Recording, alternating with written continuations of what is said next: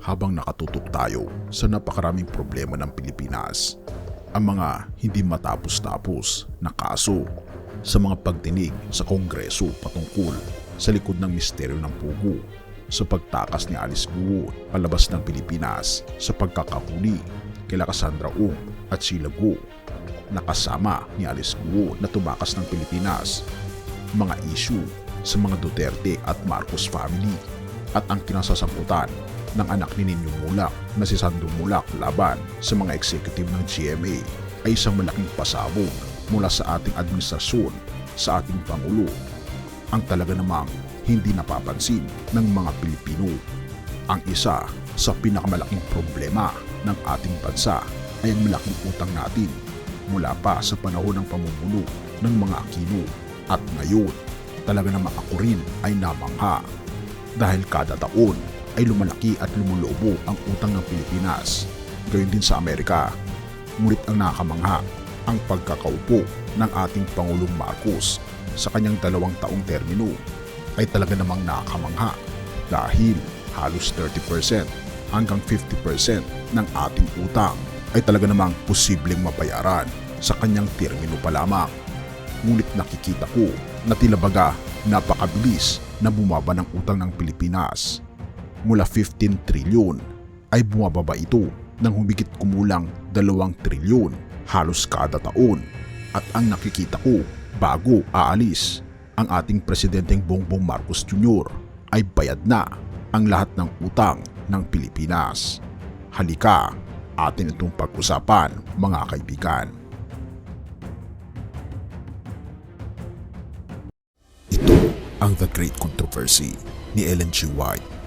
Isang libro na hindi lamang nakayanan ang hamon ng panahon, kundi pati na rin ang puwersang nagnais na patahimikin ang mensahe nito. Kaibigan, handa ka na ba na matuklasan ang katotohanan at baguhin ang iyong buhay? Manatili sa amin habang mas malalim nating tinatalakay ang mga misteryo at revelasyon ng The Great Controversy. Ang iyong paglalakbay patungo sa kaliwanagan at pagpapalakas ay nagsisimula na ngayon. Ngayong 2024, ang pamahalaan ng Pilipinas sa ilalim ni Pangulong Marcos Jr.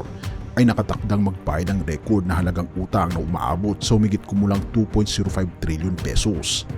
Ang halagang ito ay nahahati sa humigit kumulang 1.2 trilyon pesos para sa amortisasyon ng prinsipal at 485 billion pesos para sa pagbabayad ng interes.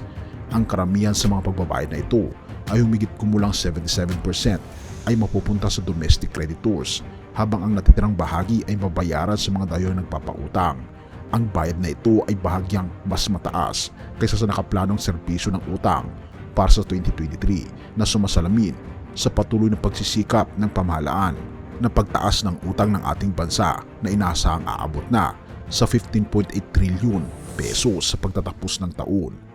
Simula nang umupo si Pangulong Ferdinand Bongbong Marcos Jr., ang pamahalaan ng Pilipinas ay nakapagbayad ng humigit kumulang 2.95 trilyon pesos sa pambansang utang hanggang sa katapusan Oktubre 2023. At sa taong 2023 lamang, ang kabuong bayad na naitala ay nasa 1.478 trilyong piso hanggang Oktubre.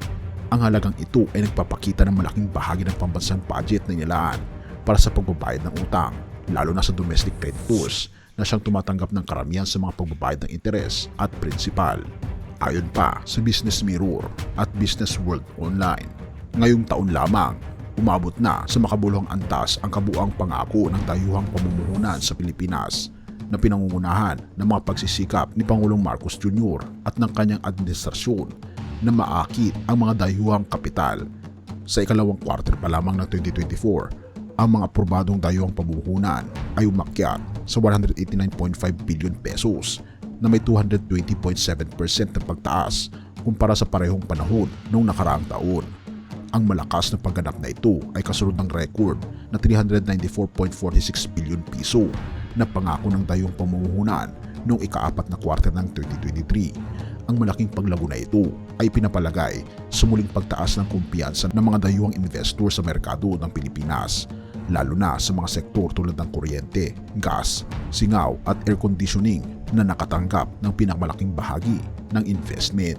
Bukod pa rito, Mula ng manungkulan si Pangulong Marcos Jr., mahigit $14.2 billion na halaga ng dayong pamumuhunan ang naipatupad na at may karagdagang mga proyekto na nakakahalaga ng $58 billion na nasa pipeline na. Ang mga numerong ito ay nagpapakita ng tagumpay ng administrasyon sa pagbibigay buhay sa mga pangakong pamumuhunan at pag-convert ng mga ito sa aktual na mga aktibidad pang-ekonomiya. Sinabi ng Google Philippines na ang ekonomiya ng Pilipinas ay nagpapakita ng malakas na kamangamanghang paglago sa ilalim ng administrasyon ni Pangulong Ferdinand R. Marcos Jr. Ayon kay Jackie Wang, ang country manager ng Google Philippines, ang datos ng gobyerno ay sumasalamin sa ulat ng digital economy ng tech giant. Mula noong 2023, ang digital na ekonomiya ng Pilipinas ay lumago ng $23 billion na may 16% na gigagrowth o compound growth rate. Sinabi rin ni Marcos na mahalaga ang tulong ng pribadong sektor sa pagpapabuti ng koneksyon sa internet at pagpapalakas ng critical infrastructure laban sa mga cyber attacks. Dagdag pa rito, binanggit ni Marcos na 95% ng mga transaksyon ng mga Pilipino ay nagaganap online, kahit kinakailangang tugunan ng gobyerno ang mga issue sa cybersecurity. Sa kabilang banda, binigyang diin ni Marcos na ang 8% na paglago ng ekonomiya sa kanyang termino ay posibleng makamit at optimistic siyang maabot din ang 6.5% hanggang 7.5% na growth target para sa 2024. Samantala, sinabi ng Bangko Sentral ng Pilipinas na nanatili ang bansa sa net creditor status IMF na nagpapakita ng matibay na pundasyon ng ekonomiya ng Pilipinas. Sinabi rin ni Marcos na ang patuloy na paglakas ng piso laban sa dolyar ay isang positibong indikasyon ng pagpapabuti ng ekonomiya ng Pilipinas.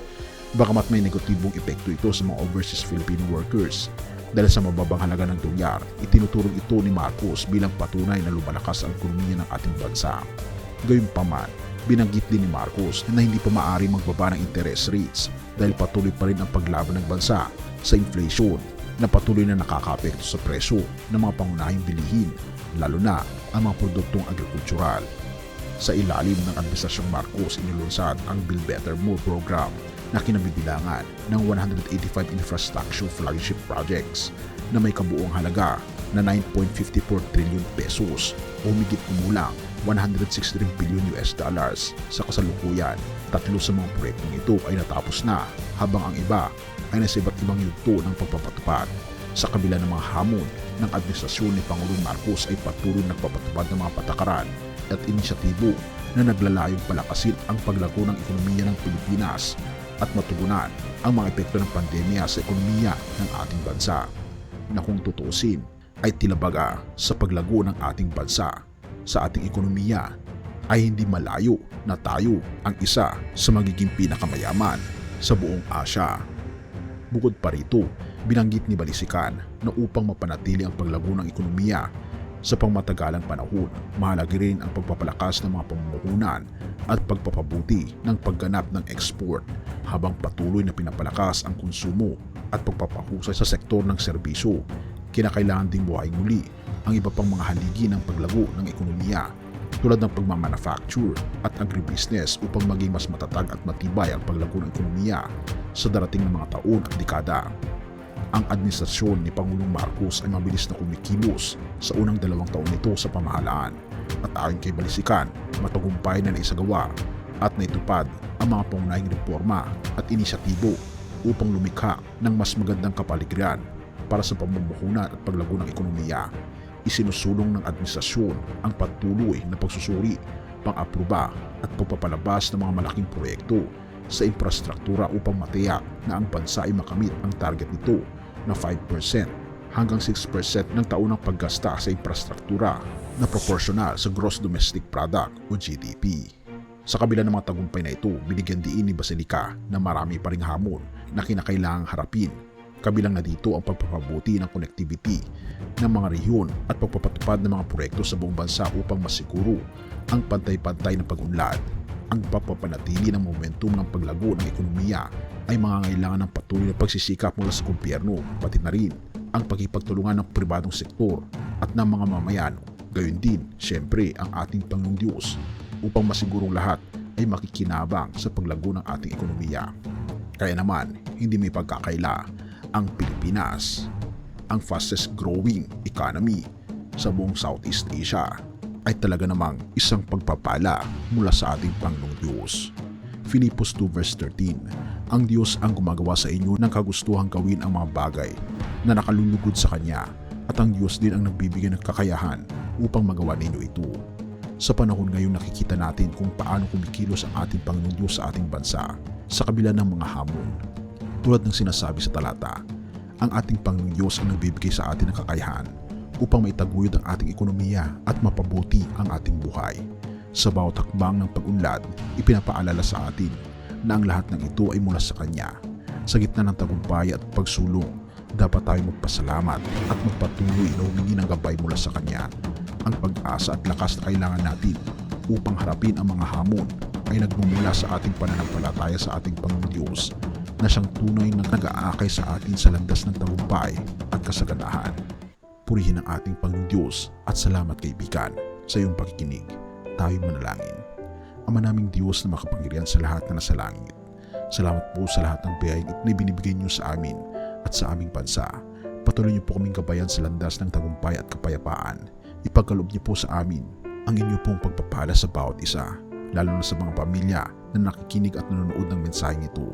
Naway ang iyong pagmamahal at biyaya ay patuloy naming maranasan araw-araw. Bigyan niyo po kami ng lakas at karunungan upang magampanan namin ang aming mga tungkulin at mapalago ang aming mga buhay ayon sa iyong kalooban. Ingatan niyo po kami mula sa anumang panganib, lalo na ang mga pamilya namin, at patuloy na iparanas sa amin ang iyong mga pagpalang presensya. Salamat po Panginoong Diyos sa inyong pong pagmamahal. Salamat po sa aming Panginoon Jesus na siya pong nabayboy sa krus at nagkaroon ng muling pagkabuhay upang kami rin Panginoon ay makakaranas ng buhay na masagana, buhay na masaya, at may pagkakataon ng buhay na walang hanggan. Kasama po namin kayo, kasama po namin ang aming Panginoon Jesus, kasama ng aming mga kaibigan at buong pamilya, panghabang buhay na puno ng kaligayahan. Salamat po Panginoon Diyos sa inyo pong ipinaparanas sa amin. Purihin po kayo at patawarin po kami sa lahat ng aming pagkukulang at pagkakasala, sapagkat ito ay may samot hiling sa matamis na pangalan ng aming Panginoon Jesus. Amen.